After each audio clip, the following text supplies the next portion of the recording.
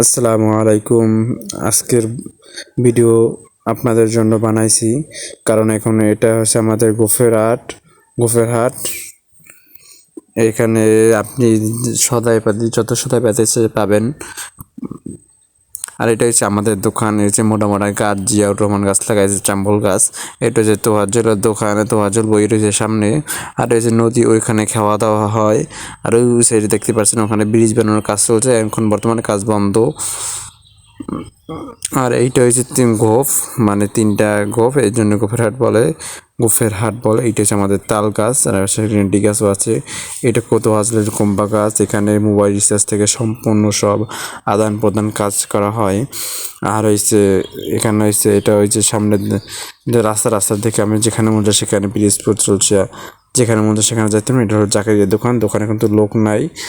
আর এইটা হচ্ছে হুমায়ুনের দোকান। এই হুমায়ুনের দোকান বন্ধ দুপুরের সময়। এখন দুপুরের সময় না, অধিকাংশ দোকান বন্ধ।